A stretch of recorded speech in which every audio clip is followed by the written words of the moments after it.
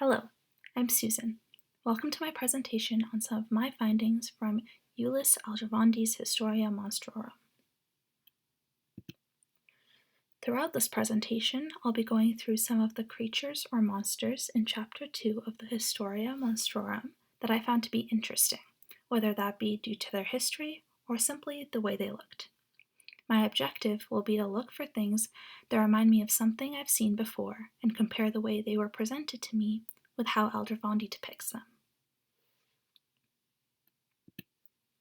The first creature that I wanted to touch on was the harpy, which is found pretty early in the chapter. I found the variety of depictions of the harpy to be fascinating given their historical description. Harpies were historically seen as hideous, half-female, half-vulture creatures that were known to snatch things like people and food. In Greek mythology, they are known to be terrible creatures that torment people, tear them apart, and remind them of their sins. The first image on the slide, which I think looks the most frightening, would seem to me the most in line with its historical account of harpies. However, Algervandi also adds some drawings that I would argue do not complement the historical account of harpies. They look like peaceful creatures in these ones.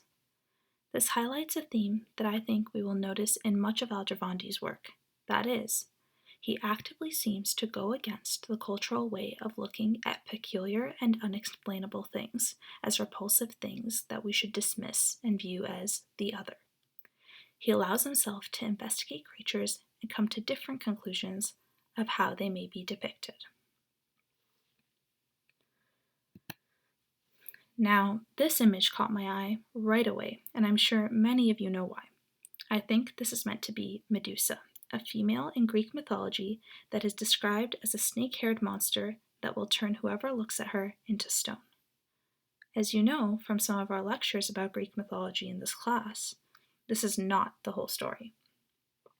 Medusa was actually a beautiful woman who was raped by the god Poseidon in the goddess Athena's temple. Out of anger for desecrating her temple, Athena turned Medusa into this monster. I think knowing this story is important to understanding Algervandi's illustration. Although Medusa is described as a monster, and a simple Google search would show us that she is viewed as a vicious monster, Algervandi does not draw her like that. In this illustration, she seems meek. She looks sad to me rather than angry or vicious. This again is another way that Algervandi has strayed from the cultural portrayal of monsters.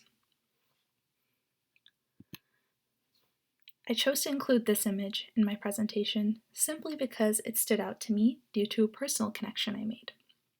First of all, scrolling through the many images in Chapter 2, we will see a variety of absolutely shocking creatures, some that combine almost 10 animals. This one, however, does not. It was the only image I saw in the whole chapter that seemed to simply be a human. It was only until I looked up the translation of the title that I realized this was a boy who was born with a knife in his abdomen.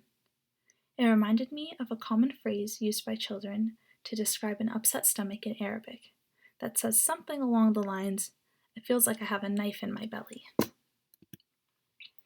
As we know, some of the other chapters in Historia Monstrorum depict what we know to be congenital birth defects. This caused me to wonder whether, as a medical doctor, Algervandi may have come across someone who had an illness he portrayed in this image. So, you may be wondering, why does any of this matter? Why should we bother with it?